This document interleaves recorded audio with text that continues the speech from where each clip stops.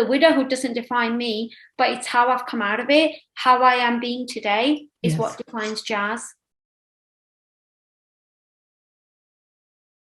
Hi, everybody. My name's Jazz Saikon, and I'm the founder of Your Saheli. Hi, my name is Sophie, and I'm a life, love, and relationship coach. And Jazz and I are coming to you with some incredible topics, and we hope you'll find them useful. Today, we're talking about that topic that nobody wants to talk about, Sophie. It's something that can't be helped sometimes, and the topic is widowhood. Well, I was 40 years old and had 3 children, had a lovely 5-bedroom house. So basically, life was amazing.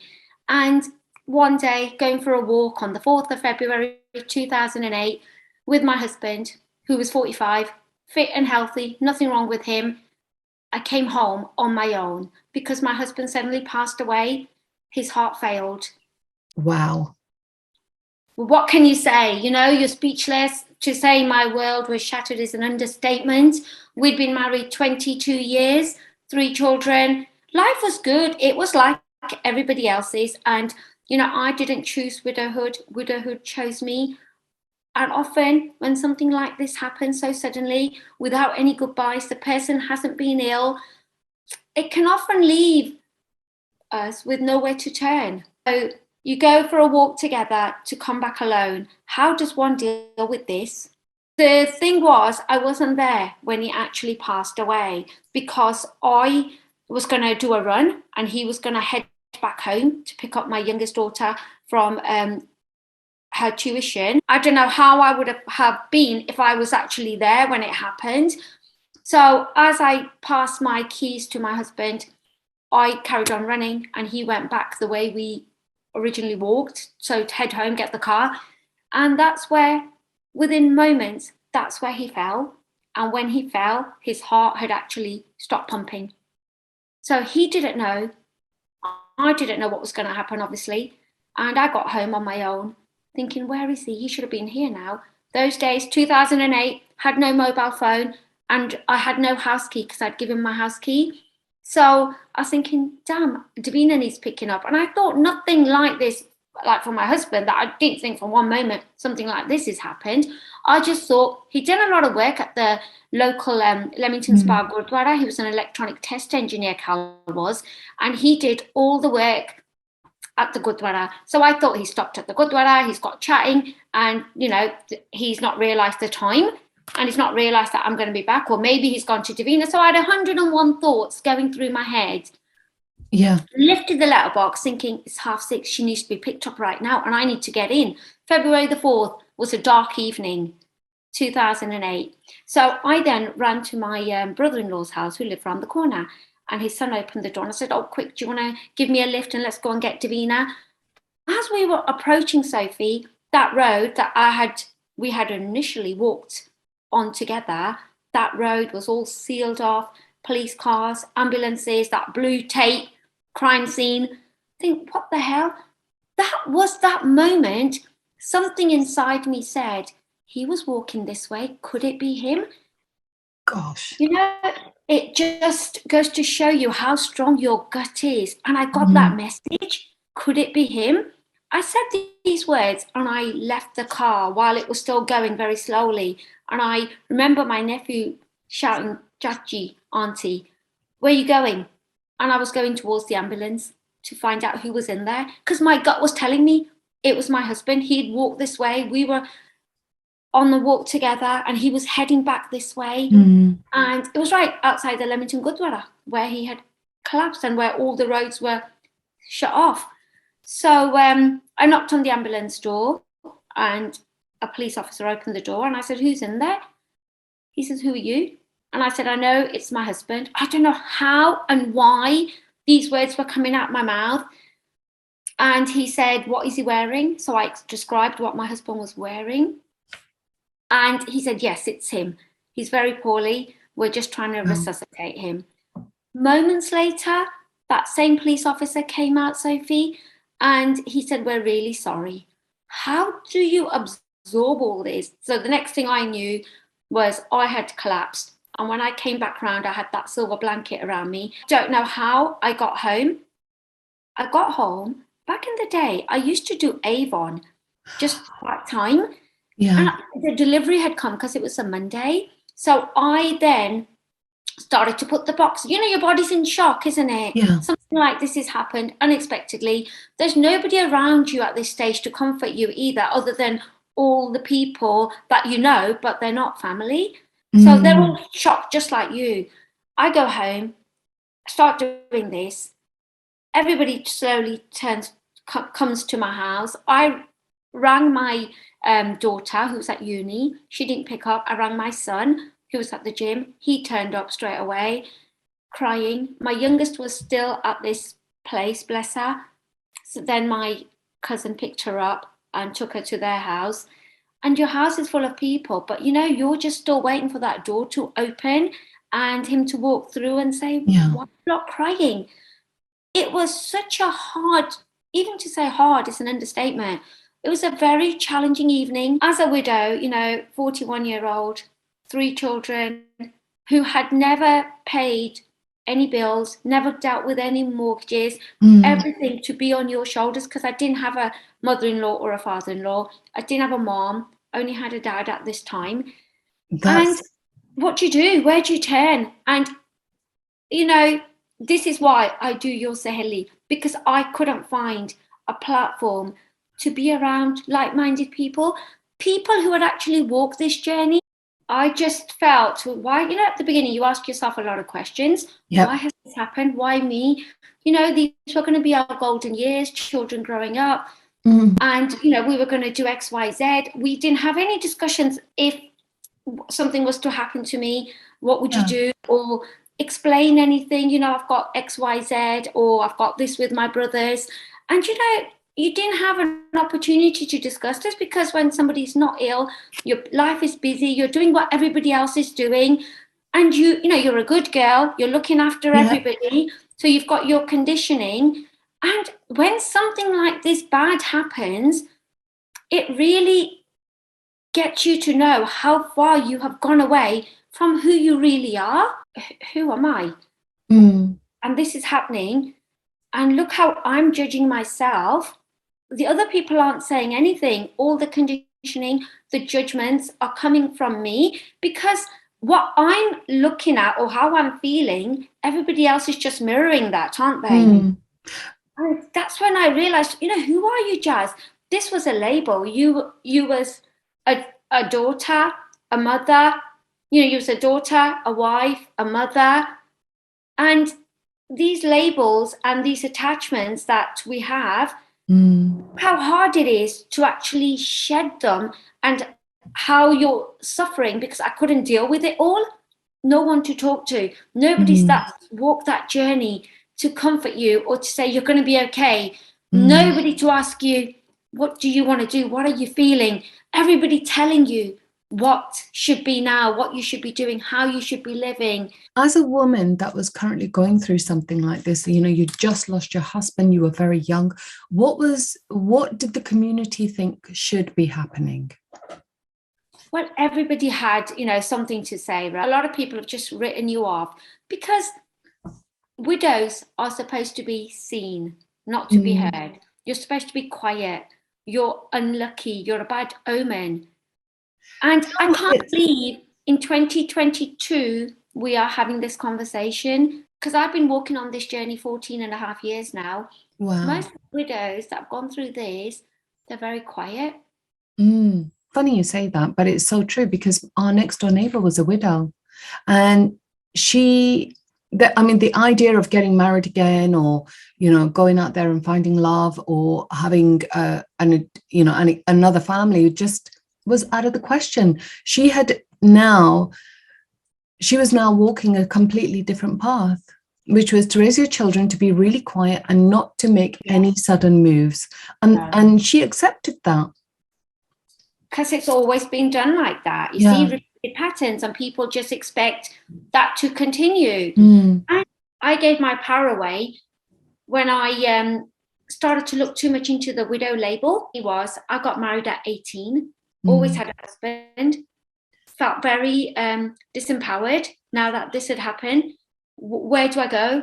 What do I do? Who's going to look after me? Do I need to find another husband? All these horrible thoughts, sad thoughts, difficult thoughts, challenging thoughts were entering my head. What will my children do? How will we survive? I had an expectation, thinking I've been around these people 22 years and I was coming from entitlement. They're going to look after me. So as soon as I said no to somebody, no, that doesn't suit me, I'm not going to do that, there was a crack in that relationship. Did you find that you started to set boundaries in your life that you hadn't done before, now that you found yourself on your own? I had to do that. It was the only way. And I started to connect with myself more. I had a very powerful dad. Honestly, always, he was a great teacher, and I love listening to him because he was so powerful. He said to me, stop all this now crying, all this nonsense needs to end. It's been 6 weeks. He's not going to come back. You have to accept it. So if you don't, you're going to become very ill. You're not going to go to him, and your children are going to suffer. And his powerful words were, God gave you 10 great gifts. Yeah. And he's taken one back. And what you're going to do if he takes all 9 back? You've still got to live. So let it go. God's taken him back for a reason. He's at a better place. He needed to go, so he's gone. So you have to come into acceptance and be grateful for the 9 gifts you have in your life. Those were the most powerful words my dad said to me. And those words really shook me up, me an awakening. He says, go to work. Please go to work. And everything will be fine. And he said, you know, everybody else was telling you what to do, but my dad was telling me the positives, uplifting things I wanted to hear. He said, you don't know what God's got for you around the corner. You don't know what door he's going to open, but just walk through that door he's opened for you. And stop looking at the doors that are closed for you. Otherwise, you're not going to be able to live. And then there's nobody for your children. Those were harsh, but powerful. Tough love. Tough love. Dad was widowed at the age of 52. So this is where you need real people who've actually walked the walk. Not people that are just talking the talk, but real people, real scenarios. And you listen to them because you think, got respect for you because it's happened to you. But like I said to you, every time I felt rock bottom, really low, I felt there's only one way I'm going to go now. I'm only going to rise. And I kept hearing this voice saying, you're going to get up, you're going to do something amazing. And it was, I didn't know, like for years. So your Saheli was born end of 2015. It's going to be 7 years old. Wow. So 7 years, 7 years ago, I had this dream. I had an idea. So my daughter got married 10 years ago and she moved to Solihull, and I then followed and moved closer to my daughter. So it became my safe haven, my sanctuary. I was always looking for a friend like this. And then 6 months later, I met a friend, same age as me, and we're kind of best of friends now. She too had gone through this widowship journey. So she uplifted me. My sister introduced me to this lovely friend called Surinder. And we're best of friends today. You know, we're like-minded, we're same age, same journey. And that was such a powerful healing tool for me to have somebody talking, guiding, we're sharing our experiences. That helped more than sitting with hundreds of people in a room. My first Saheli on this journey. And even today, she doesn't always come to all the events because she's in Bradford, but she is there in the background. And she's applauding me and saying, just so proud of you. She said, I couldn't have done it, but hats off to you for doing it. That's why I said, when something like this happens, it's really important who your people are, how you choose the people, and which ones you need to leave behind. Now, when I set your Saheli up, there were no widows. It was originally, I wanted to do it for widows because I think there's nowhere for a widow to go.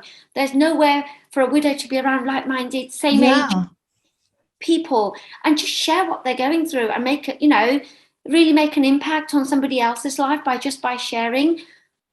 But they don't come forward. And then since then, it's become a lovely platform for all women to talk about all things, which is great.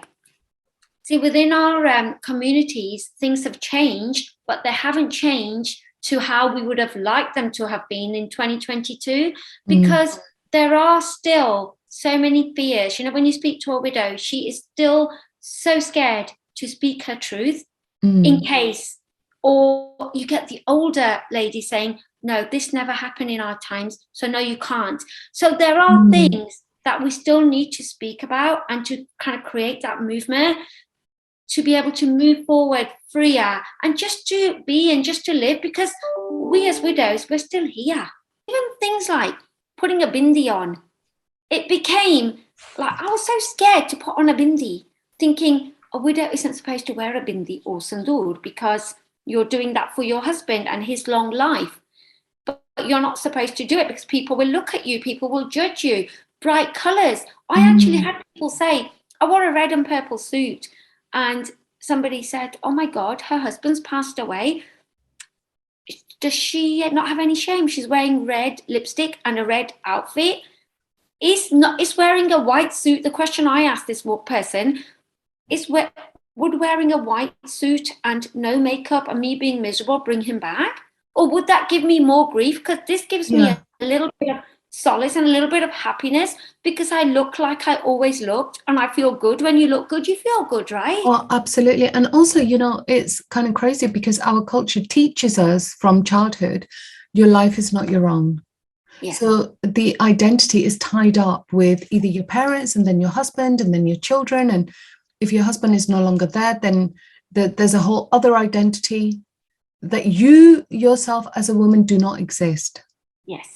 And this is where they start saying, Bajari, this has happened to her. They speak for you. And when does a person really age? When they're not living, right? They go inwards because they feel they're not living. They can't deal with anything. They can't live their life on their terms anymore.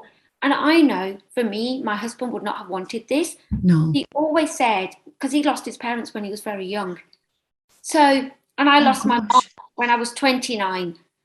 Suddenly as well. So I've been through the mill. You know, the change I would like to see is treat the widow like you would treat your son, your brother, if he lost his wife, because she is still a person and she has still got dreams, aspirations. She still wants to live.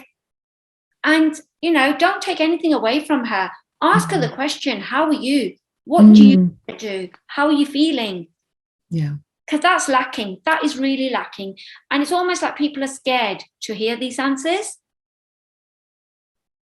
It's so true, isn't it? Just ask somebody how they are, how you feeling. It's so simple, so human.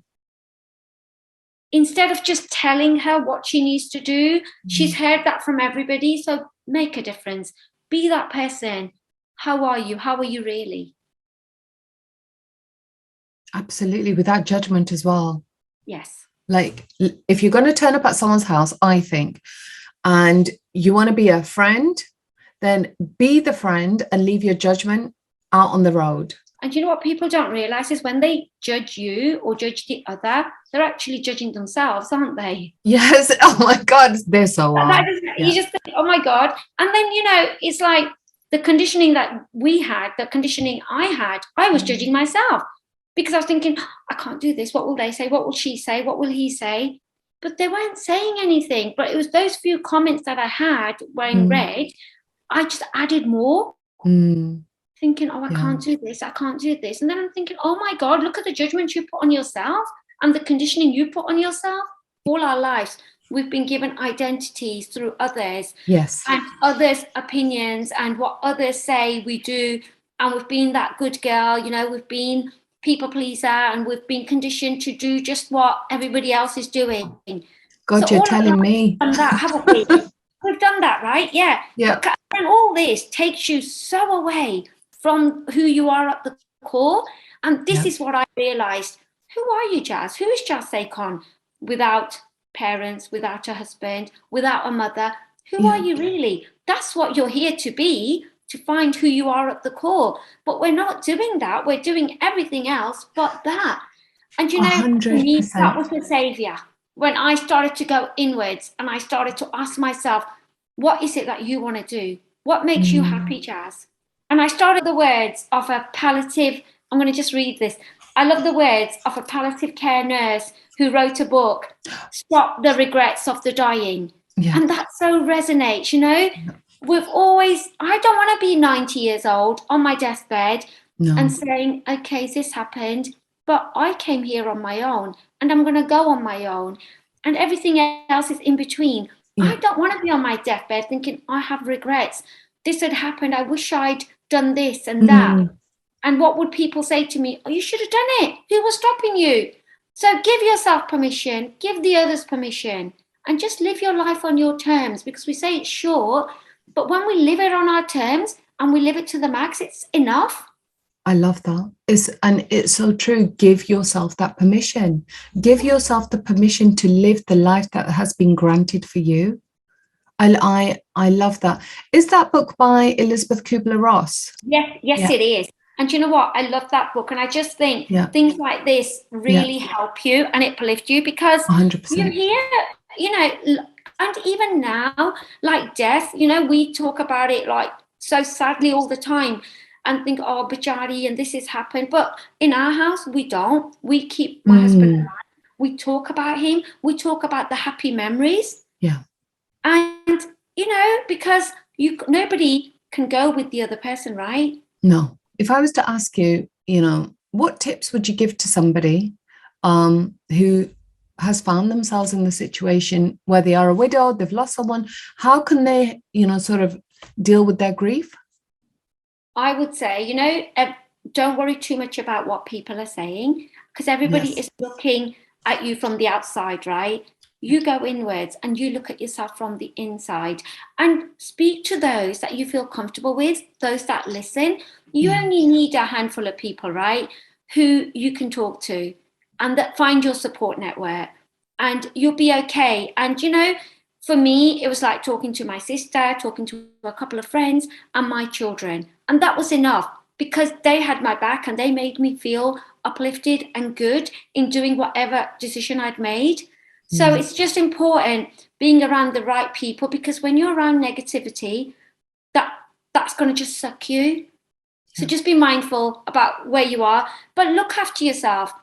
You know, if you feel like going to the gym, that really helps, because when you're having a workout, you don't think of your sadness, your grief, or anything, and you come back, you know, because you release happy endorphins, don't you? So going to the gym really helps. Get out in the nature.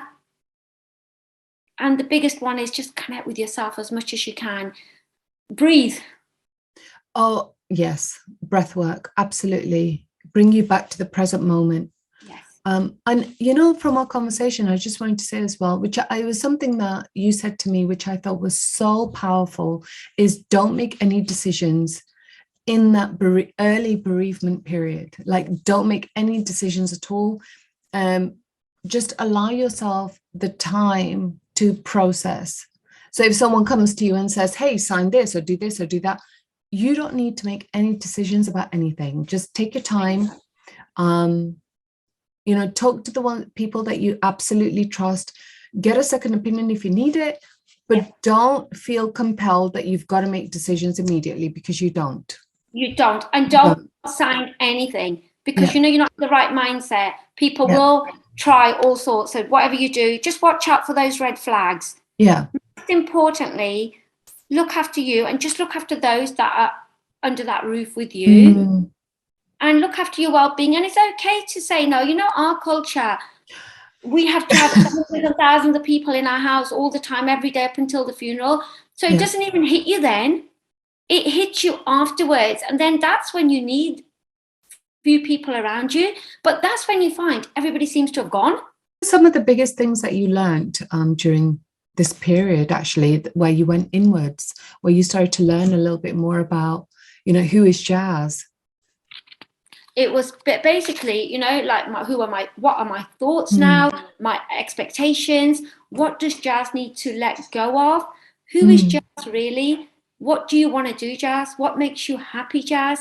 You know, when you sit down, put your hand on your heart, you start to get all the answers when you sit in silence. I'd go and sit in my garden. It's so peaceful. It's not overlooking anybody. And I would sit in my garden and just shut my eyes and ask these questions. And the more I did this and breathwork, the more I started to connect with myself, and the less I started to worry about what other people think or what others may say. And you know what? That was the best thing, really, because those that love you, they will never leave you. And those that are no longer your people, they're going to leave you. And it's okay. Rather than hang on to negativity and those that are no longer, right for you on this journey, it's okay to shed them, because new doors will open and new people will come and find you. Absolutely. I'm a true believer of that. I really am. And it's a rebirth, isn't it? When you go through something like this, you've got to renew and replenish, and then you go through a rebirth. And I feel that Jazz that was there in 2008, a big part of her died the same day as her husband. And over the years, I've had a rebirth, and I've become more who I'm supposed to be. And I don't worry too much about what anybody says. I dress up, put my face on, just be who I want to be. And when you're authentic like this, living a true life, everybody feels that. And you meet some amazing people who uplift you more and say, wow, well done, Jazz. Thank you for setting up your Saheli. Working with a coach, for me, has been how to live from the heart-centered. So live my life from the heart more, doing what I want to do without worrying, without any judgments. Secondly, it's taught me how to tap into my feminine energy, which is, we often forget, especially when you're a single parent, you're just doing, you forget the being. And the third one was grounded, being in my space, being okay with who I am, being able to just deal with whatever I can't control and letting go of what I can't control and what I can't change. That's amazing. I love that. If you've enjoyed it, please share your feedback and share your experiences with us, because we'll be bringing these on a regular basis. Yeah. And it's only with the support of you guys watching and giving your feedback we can continue. Yeah. Anybody that wants more information, we're going to be linking it down below. So don't forget to follow, like, and subscribe. We're going to put all our details below. And if you have any questions at all about anything, especially if it's a taboo subject, which I have to say is our favorites, if you have any questions about any taboo subjects, you can DM us at all the details below.